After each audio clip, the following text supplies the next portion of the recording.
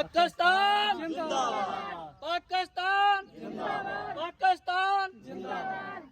ਅਸੀਂ ਪਾਕਿਸਤਾਨ ਦੇ ਸ਼ਹਿਰੀ ਆ ਜੀ, ਬਿਲਕੁਲ।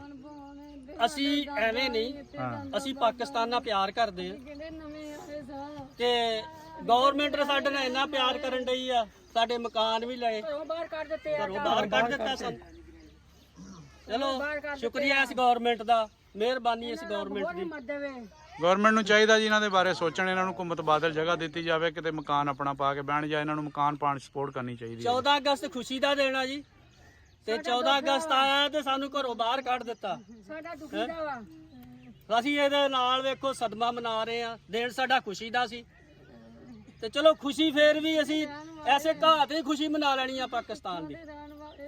ਅਸੀਂ ਬੜੇ ਦੇਰ ਦੇ ਰਹਿੰਦੇ, ਸਾਡਾ ਦਾਦਾ ਬਾਬਾ ਇੱਥੇ ਸੀਗਾ, ਸਾਡੇ ਵੱਡੇ ਵੀ ਇੱਥੇ, ਸਾਡੇ ਨਿੱਕੇ ਵੀ ਸਾਰੇ ਹੀ ਇੱਥੇ।